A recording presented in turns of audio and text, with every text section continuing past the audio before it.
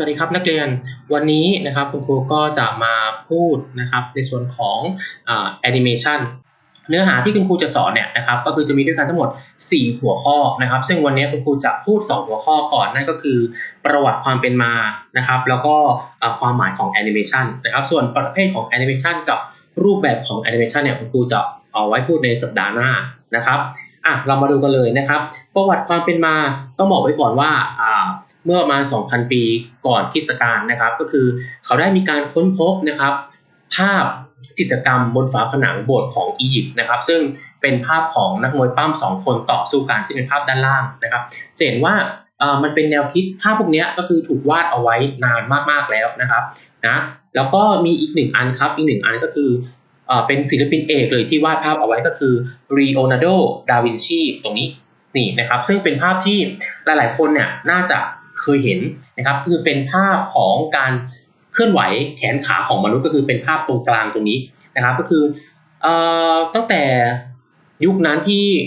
ดาวินชีวาดเอาไว้จนถึงปัจจุบันนี้นะครับภาพนี้ก็ยังตึงอยู่นะครับทุกคนก็ยังศึกษาค้นคว้าอยู่ว่าภาพนี้เนี่ยต้องการมีความหมายหรือดาวินชีเนี่ยต้องการสื่อสารอะไรนะครับต่อมาครับในฝั่งชาวญี่ปุ่นนะครับชาวญี่ปุ่นเนี่ยมักจะใช้ม้วนกระดาษดังนั้นสองภาพแรกเนี่ยโซนอังกฤษนะครับหรือโซนยุโรปเนี่ยส่วนใหญ่เวลาเขาต้องการจะบันทึกเรื่องราวหรือเหตุการณ์ส่วนใหญ่ก็จะบันทึกในถ้ำนะครับในโบสถ์วาดภาพบนผนังอะไรแบบนี้นะครับจะเก็บเอาไว้แต่ว่าสำหรับชาวญี่ปุ่นหรือคนจีนเนี่ยเขามักจะใช้ม้วนกระดาษนะครับนักเรียนก็จะเคยเห็นเนาะเวลาที่เราดูภาพยนตร์ก็จะเป็นม้วนกระดาษนะครับม้วนข้างในนั้นก็อาจจะเป็นพวกวิชาเคล็ดลับบันทึกเรื่องราวที่สำคัญภาพวาดนะครับของคนจีนเนี่ยนะครับเวลาใช้งานก็กางมันออกมาเวลาใช้งานเสร็จปุ๊บก็คือม้วนเก็บเอาไว้นั่นเองนะครับอันนี้ก็จะเป็นหลักฐานที่เอาไว้เก็บนะครับเรื่องราวต่อมาครับหลังจากที่ในยุคนั้นแล้วพอมาในปี 1824 นะครับก็มีชาวแพทย์อังกฤษก็ได้ประดิษฐ์เครื่องมือขึ้นมานะครับเครื่องมือนั้นชื่อว่าธรรมโทฟนะครับธรรมโทฟตรงนี้คราวนี้เครื่องมือตรงนั้นรูปร่างหน้าตาเป็นอย่างไรครับเขาบอกว่ารูปร่างหน้าตาของเขาเนี่ยก็คือเป็นกระดาษนะครับเป็นกระดาษด้านหนึ่งเนี่ยจะวาดรูปกรงนกเป็นรูปกรงเอาไว้นะครับอีกด้านหนึ่งวาดนกแล้วทั้งสองข้างเนี่ยจะผูกด้วยเชือกแล้วหลังจากนั้นก็หมุนด้วยความเร็วนะครับปรากฏว่าพอหมุนด้วยความเร็วเนี่ยจะเห็นว่านกนะครับมันอยู่ในกรง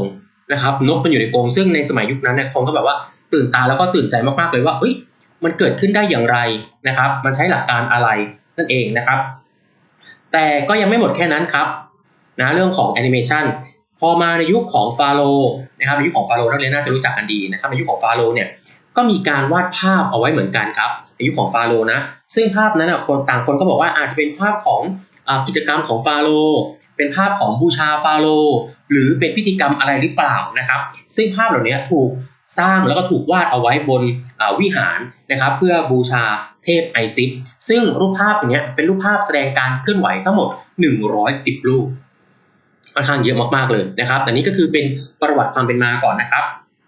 หลังจากนั้นครับหลังจากมีภาพวาดแล้วในปี1908นะครับในปี1908เนี่ยแอนิเมชันเนี่ยได้ถือกำเนิดขึ้นบนโลกใบนี้นะครับแต่ว่าแอนิเมชันที่คิดค้นขึ้นมาเนี่ยมันเป็นแอนิเมชันที่ต้องวาดตัวการ์ตูนที่เป็นลายเส้นสีขาวบนพื้นนะครับกระดาษหรือพื้นไม้พลาสติกสีดำแล้วเวลาที่จะใช้งานนะครับก็เอากระดาษพวกนี้นะครับไปฉายแล้วก็เลื่อนทีละแผ่น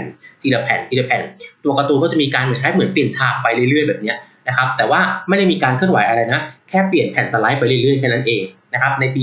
1908อันนี้เพิ่งเป็นจุดเริ่มต้นต่อมาครับในปี1971นะครับในปีหลังจากที่เป็นแผ่นใสแผ่นตรงนั้นแผ่นทึบสีดำนะครับก็มีการพัฒนาอีกครับมีการพัฒนาเป็นแอนิเมชันขึ้นมา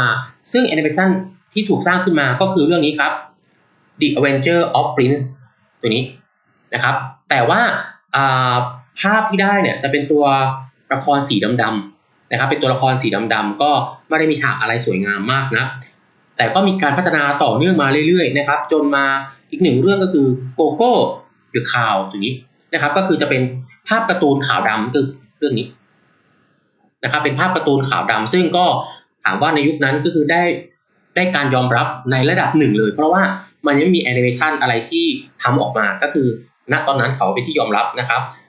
หลังจากเรื่องนี้ครับก็มีการพัฒนาอีกหนึ่งเรื่องก็คือเรื่องของฟิลิปนะครับเดอะแคทก็คือเป็นแมวตัวนี้นะครับเป็นแมวสีดำๆนี้นักเรียนบางคนอาจจะเคยเห็นแมวตัวนี้นะครับหรือถ้าเกิดว่าถามคนในยุคสมัยนั้นนะครับเขาก็บอกคุ้นตาเรื่องนี้นั่นเองแต่นะครับหลังจากปี1917นะครับในปี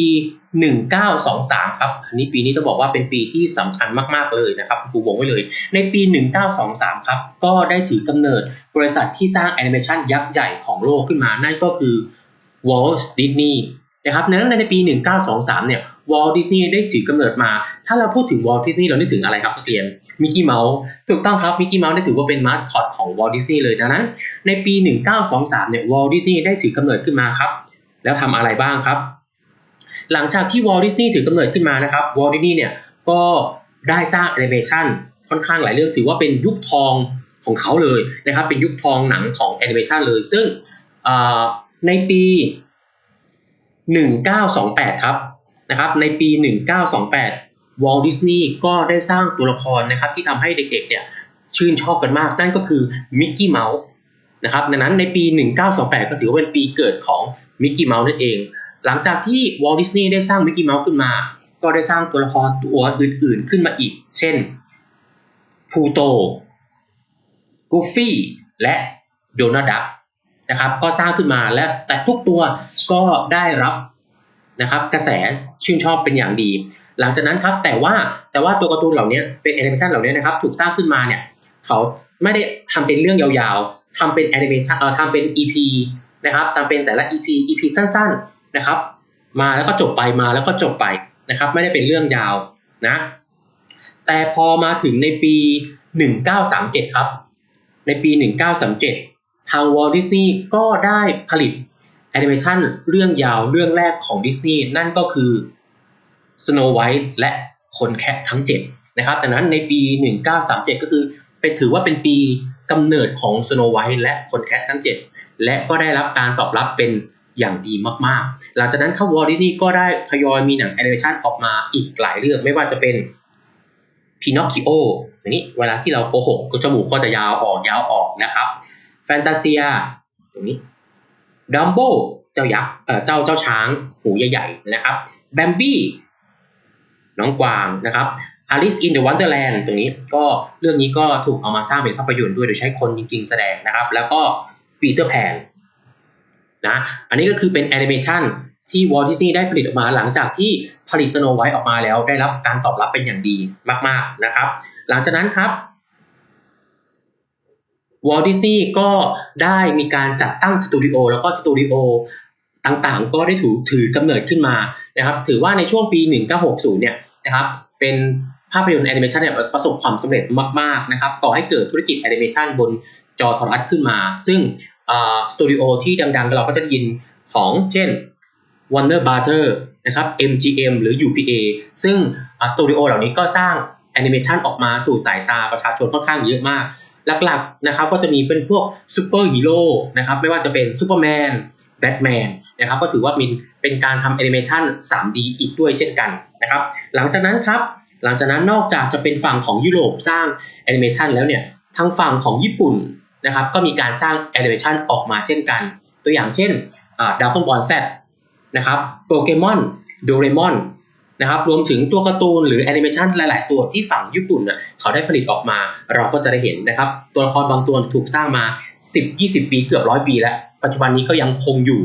นั่นเองนะครับดังนั้นก็คือมีการผลิตแอนิเมชันออกมาเรื่อยๆในประเทศไทยก็เช่นกันครับนะครับในตลาดธุรกิจของประเทศไทยก็มีการสร้างแอนิเมชันออกมาเช่นกันโดยที่เราจะสังเกตได้ง่ายๆว่าแต่ว่าในประเทศไทยของเรานั้นเนี่ยเพิ่งจะเริ่มสร้างได้ประมาณสัก10 กว่าปีนะครับอาจจะสู้ยังประเทศอื่นไม่ได้คือเรากำลังซุ่มพัฒนาอยู่นั่นเองนะครับซึ่งแอนิเมชันเรื่องแรกที่เราเห็นเนี่ยที่คนไทยสร้างออกมาก็จะเป็นเรื่องแรกที่ได้รับกระแสตอบรับที่ดีๆนะครับก็คือเรื่องของการกล้วยนะครับเรื่องของการกล้วยที่ทุกคนก็ต่างบอกว่าชื่นชอบนะครับชื่นชอบแล้วก็เด็กๆเนี่ยก็ค่อนข้างชื่นชอบเป็นอย่างมากนะครับหลังจากนั้นครับก็มีแอนิเมชันตัวอื่นๆออกมาอีกเช่นกันไม่ว่าจะเป็นยักษ์นะครับ นางนาคแอนิเมชันตรงนี้นะครับการกล้วยนี่ก็มีหลายภาคเลยภาค1ภาค2นะครับคุณทองแดงนะครับรวมถึงอันนี้อีกหนึ่งเรื่องรู้สึกจะเป็นใหม่ล่าสุดนะครับก็คือเรื่องของ9ศาสตราแล้วก็อีกหนึ่งเรื่องครับที่คุณครูเคยดูก็คือเรื่องของครุฑนะครับครุฑที่เป็นเอาสัตว์ในวรรณคดีครุฑมาทำเป็นแอนิเมชันนั่นเองนะครับอันนี้นั้นก็คือคนไทยก็มีการผลิตแอนิเมชันเหมือนกันนะครับแต่ว่าตอนนี้เรากำลังผลิตให้เป็นในแนวของคนไทยจะสังเกตว่าแอนิเมชันที่เราดูเมื่อสักครู่นี้ผ่านมาเนี่ยทางโซนยุโรปเขาก็จะมีเอกลักษณ์ของเขาทางโซนญี่ปุ่นจีนก็จะมีเอกลักษณ์ของเขาส่วนของไทยเราก็จะเป็นเอกลักษณ์ของเราเองดังนั้นพอเราเห็นการ์ตูนแอนิเมชันปุ๊บเราก็จะรู้ทันทีว่าอันเนี้ยเป็นการ์ตูนน่าจะมาจากฝั่งไหนจากดินแดนแห่งไหนนั่นเองนะครับต่อมาครับเรามาดูความหมายของการ์ตูนบางคนสงสัยว่าระหว่างการ์ตูนกับแอนิเมชันเนี่ยมีความเหมือนหรือแตกต่างกันอย่างไรนะครับมาดูก่อนนะครับ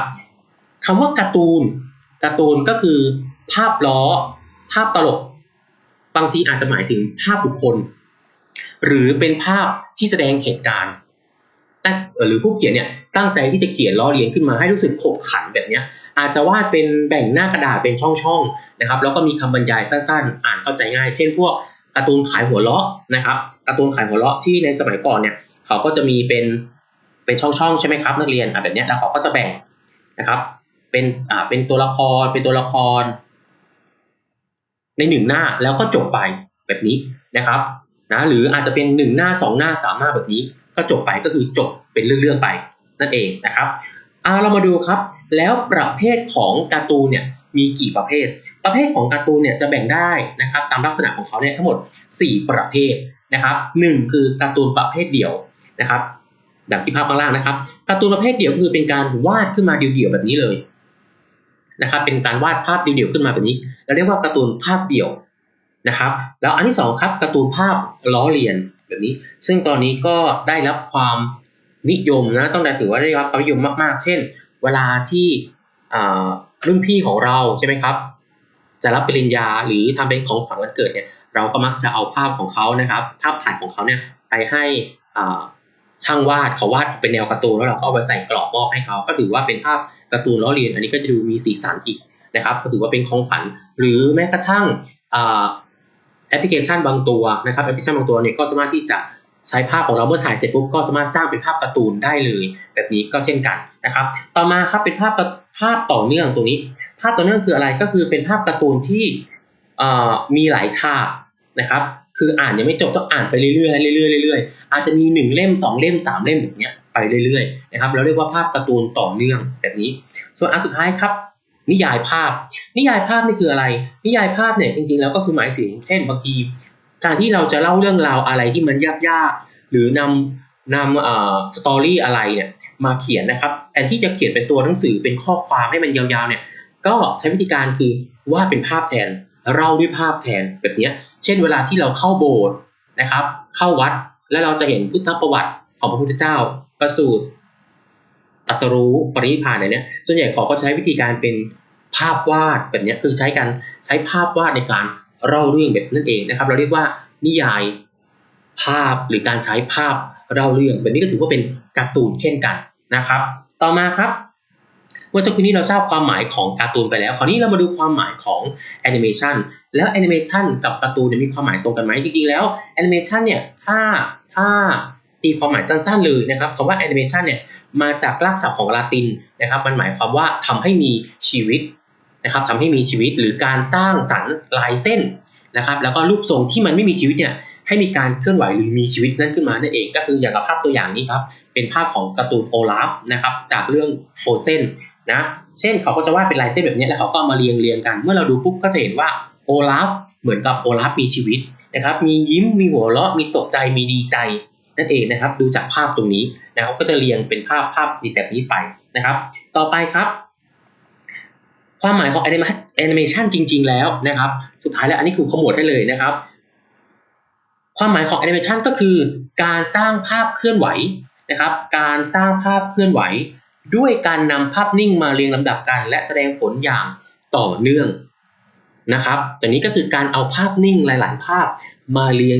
งแล้วก็ให้มันแสดงผลพร้อมกันอย่างต่อเนื่องนั่นเองคราวนี้มันก็จะมีหลักของทางวิทยาศาสตร์เข้ามาด้วยเขาบอกว่าในลักษณะนี้แล้วเราจะเห็นเป็นการเคลื่อนไหวได้อย่างไรเขาบอกว่าดวงตาของเราเนี่ย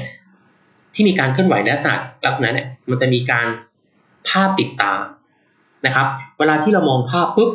นะครับก่อนที่เราจะเปลี่ยนภาพเนี่ยดวงตาของเรามันจะจำภาพเอาไว้ประมาณ1 ใน 3 วินาทีจะจำเอาไว้นะครับแล้วหลังจากนั้นภาพที่2มันก็จะเอาภาพที่1กับภาพที่2เนี่ยเอามามองเห็นมาประสานกันเหมือนกับถ้านักเรียนมีหนังสือหรือสมุดเล่มหนาๆใหญ่ๆนะครับถ้าเราเปิดไปเราเคยกรีดหนังสือเล่มตรงมุมหนังสือใช่ไหมครับมุมสมุดเวลาที่กรีดปื๊ดแบบนี้หนาๆนะครับสมมติว่าเราวาดภาพนะครับวาดภาพหัวใจเนี่ยเอาไว้ที่หน้าที่1หัวใจนะครับหน้าที่2ก็วาดภาพหัวใจเหมือนกันแต่ว่าระบายสีหน้าที่3ก็วาดภาพหัวใจครับไม่ระบายสีหน้าที่4วาดภาพหัวใจครับแต่ระบายสีเราทำแบบนี้ไปเรื่อยๆสัก30หรือ40หน้า40แผ่นนะครับหลังจากนั้นเราก็กรีดพร้อมๆกันปรื๊ดมันก็ภาพตัวนี้มันจะเป็นยังไงครับมันก็จะเหมือนเป็นหัวใจสลับใช่ไหมครับกระพริบเป็นหัวใจกระพริบใส่สีไม่ใส่สีใส่สีไม่ใส่สีแบบนี้สลับกันแบบนี้นะครับดังนั้นก็คือพอเราดูแบบนั้นปุ๊บมันจะเหมือนกับว่าภาพเก่ายังอยู่ภาพใหม่เข้ามาเหมือนคือภาพติดตานั้นนี่คือหลักการที่แท้จริงของแอนิเมชันก็คือการวาดภาพนิ่งหลายๆภาพหรือการเอาภาพนิ่งหลายๆภาพมาเรียงต่อกันแล้วทำให้มันเล่นนั่นเองพร้อมๆกันนะครับต่อไปครับและประโยชน์ของแอนิเมชันล่ะต้องบอกว่าเนื่องจากประโยชน์ของแอนิเมชัน4ข้อนี้ทำให้แอนิเมชันเนี่ยในยุคปัจจุบันเนี่ยได้รับความนิยมเป็นอย่างมากประโยชน์ของแอนิเมชันมีอะไรบ้าง1สื่อสารเข้าใจง่ายแน่นอนครับแอนิเมชันอะไรที่มันสื่อสารยากๆนะครับอะไรที่มันสื่อสารยากๆเนี่ยเราก็ใช้แอนิเมชันในการช่วยนะครับช่วยสื่อสารให้เข้าใจง่ายขึ้นนะครับตรงนี้2เข้าถึงทุกเพศทุกวัยทุกระดับการศึกษาแอนิเมชันครับไม่ได้จำกัดว่าจะต้องอยู่ที่อนุบาลประถมหรือมัธยมต้นดังนั้นแอนิเมชันนะครับมันสามารถที่จะเข้าถึงได้ทุกเพศทุกวัยทุกระดับการศึกษานะครับอันที่3ครับจินตนาการไม่มีขีดจำกัดแน่นอนครับการวาดแอนิเมชันไม่มีผิดไม่มีถูกเราจะวาดคนแค่ตาเดียวก็ได้เหมือนมินเนี่ยนนะครับเราจะวาดสัตว์ประหลาดกี่ขายังไงก็ได้นะครับเราจะวาดคือเราจะออกแบบหรือเราจะจินตนาการยังไงก็ได้มันไม่มีผิดไม่มีถูกนั่นเองนะครับดังนั้นนี่คือข้อดีของแอนิเมชันแล้วก็ข้อสุดท้ายครับลดภาพรุนแรงที่ใช้ในการสื่อสารตรงนี้สำคัญมากๆครับเช่นสมมติว่าเราต้องการที่จะรณรงค์นะครับให้คนเนี่ยสวมใส่หมวกกันน็อกใช่ไหมครับถ้าเราไปเอาภาพจริงๆมาเลยเช่นภาพคนถูกรถชนแล้วไม่ได้ใส่หมวกกันน็อกนะครับเกิดอุบัติเหตุกับศีรษะแบบนี้ถามว่าภาพเหล่านั้นเราจะเอามาเผยแพร่ได้ไหมนะครับมันก็รู้สึกว่ามันจะรุนแรงไปใช่ไหมครับมันก็จะรุนแรงเกินไปมันก็ไม่เหมาะสมสำหรับเด็กๆอย่างเงี้ยแต่ถ้าเราใช้แอนิเมชันเนี่ยมาช่วยในการสร้างนะครับแต่ว่ายังคอนเซ็ปต์เหมือนเดิมนะก็คือเอามาสร้างทำให้มันดูน่ารักขึ้นแบบนี้นะครับดังนั้นมันก็จะลดความรุนแรงของภาพลงได้นะครับแต่ว่าเราก็ยังจะสามารถที่จะรณรงค์ให้คนเนี่ยใส่หมวกกันน็อกได้เหมือนเดิมเห็นไหมครับดังนั้น4ข้อนี้แหละนะครับมันเลยทำให้แอนิเมชันในยุคปัจจุบันเนี่ยนะครับได้รับความนิยมเป็นอย่างมากเหมือนกับมหาลัยดังๆหลายๆมหาลัยหลายๆแห่งนะครับก็ได้มีการเปิดนะครับสาขาแขนงแอนิเมชันเป็นของตัวเองเลยตอนในรุ่นที่ในยุคที่คุณครูเรียนนะครับยังไม่มีสาขาอะไรแบบนี้ที่ชัดเจนมันเรียนแค่เป็นรายวิชาแอนิเมชันแต่ในยุคปัจจุบันเนี่ยตั้งแต่แอนิเมชันเฟื่องฟูเข้ามานะครับแล้วก็ประโยชน์ของเขาเนี่ยทำให้บางคณะบางมหาวิทยาลัยเปิดเป็นอีกหนึ่งสาขามาเลยเป็นสาขาแอนิเมชันถามว่าน่าสนใจไหมน่าสนใจมากๆครับเพราะว่าแอนิเมชันเนี่ยสามารถที่จะสร้างสรรค์ผลงานรับงานนะครับได้ต่างๆได้มากมายเลยยกตัวอย่างเช่นในปัจจุบันนี้นักเรียนจะเห็นว่าทางหน้า Facebook Twitter หรือ IG ก็ตามแต่ปัจจุบันนี้คนเริ่มวาดภาพการ์ตูนกันมากขึ้นถูกต้องไหมครับโดยใช้ iPad ในการวาดแล้วก็แอปพลิเคชันหนึ่งอันก็คือใช้ Procreate นะครับดังนั้นมีการสร้างสรรค์ผลงานแล้วก็เอามาแชร์พอเราเห็นฝีมือของคนวาดปุ๊บเนี่ยเราสนใจเราสามารถที่จะเอาภาพของเราเนี่ยส่งไปให้เขาแล้วก็ให้เขาเนี่ยออกแบบแล้วก็วาดนะครับส่งกลับมาให้เราได้ก็คิดเป็นเงินได้ภาพละ100 200 300ก็แล้วแต่ความยากง่ายของภาพดังนั้นหรือแอนิเมชันก็ตามแต่เราอยากได้แอนิเมชันนะครับเราก็สั่งให้เขาได้แล้วก็ MV เพลง บางเพลงนะครับไม่ได้ใช้คนแสดงเลยก็คือใช้ตัวละครแอนิเมชันทั้งหมดเลยใช่ไหมครับ MV เพลงบางเพลงหรือสปอตโฆษณาต้องการประชาสัมพันธ์อะไรก็ตามแต่ปัจจุบันนี้บางทีเราก็เริ่มไม่ค่อยใช้คนละแต่เราสร้างเป็นแอนิเมชันแทนแบบนี้มันคือมันประหยัดนะครับแล้วมันก็ลดต้นทุนในการที่จะจ้างคนตรงนั้นมาด้วยนะครับดังนั้นคนก็เลยใช้เป็นแอนิเมชันสร้างเป็นแอนิเมชันแต่ถามแล้วก็คงคอนเซ็ปต์เหมือนเดิมนะครับถามว่าได้รับความนิยมไหมก็ยังได้รับความนิยมอยู่นะครับในศาสตร์ของสาขาแอนิเมชันนั่นเองนะครับดังนั้นก็คือนี่คือเป็นประวัติความเป็นมานะครับตั้งแต่ยุคอียิปต์เลยที่มีการวาดภาพเคลื่อนไหวไล่ลงมานะครับตั้งแต่ถือกำเนิดของ1923ของวอลต์ดิสนีย์แล้วหลังจากนั้นก็มีการกำเนิดของแอนิเมชันต่างๆหลายๆเรื่องรวมถึงทางยุโรปญี่ปุ่นแล้วก็คนไทยด้วยนะครับก็มีการสร้างแอนิเมชันออกมาสู่สายตาประชาชนกันค่อนข้างเยอะมากๆเลยนะครับรวมถึงประโยชน์ที่มันหลากหลายแบบนี้แหละทำให้สาขาแอนิเมชันได้รับความนิยมในยุคปัจจุบันนี้นะครับโอเคไหมครับโอเคนะถ้าอย่างนั้นก็หลังจากนั้นครับเดี๋ยวให้นักเรียนนะครับทำกิจกรรมท้ายหน่วยตรงนี้นะครับเดี๋ยวนักเรียนแคปภาพ QR code ตรงนี้นะครับแคปภาพ QR code ตรงนี้เป็นการตอบคำถาม5ข้อง่ายๆก็คือจากเรื่องที่คุณครูบรรยายผ่านมาเมื่อสักครู่นี้นะครับเดี๋ยวนักเรียนก็แคปหน้าจอตรงนี้นะครับหรือสแกน QR code นี้แล้วก็ทำแบบสอบถาม5ข้อถือว่าเป็นการทบทวนความรู้นั่นเองนะครับดังนั้น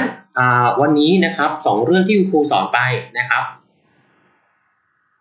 ประวัติความเป็นมานะครับแล้วก็ความหมายของแอนิเมชันก็จบเพียงเท่านี้ในสัปดาห์หน้านะครับก็จะมาพูดเรื่องของประเภทของแอนิเมชันว่าจริงแล้วแอนิเมชันเนี่ยมีกี่ประเภทและรูปแบบของแอนิเมชันว่าแอนิเมชันเนี่ยมีทั้งหมดกี่รูปแบบดังนั้นเดี๋ยวเราก็มาเจอกันในสัปดาห์หน้าอย่าลืมทำกิจกรรมท้ายบทด้วยนะครับสวัสดีครับ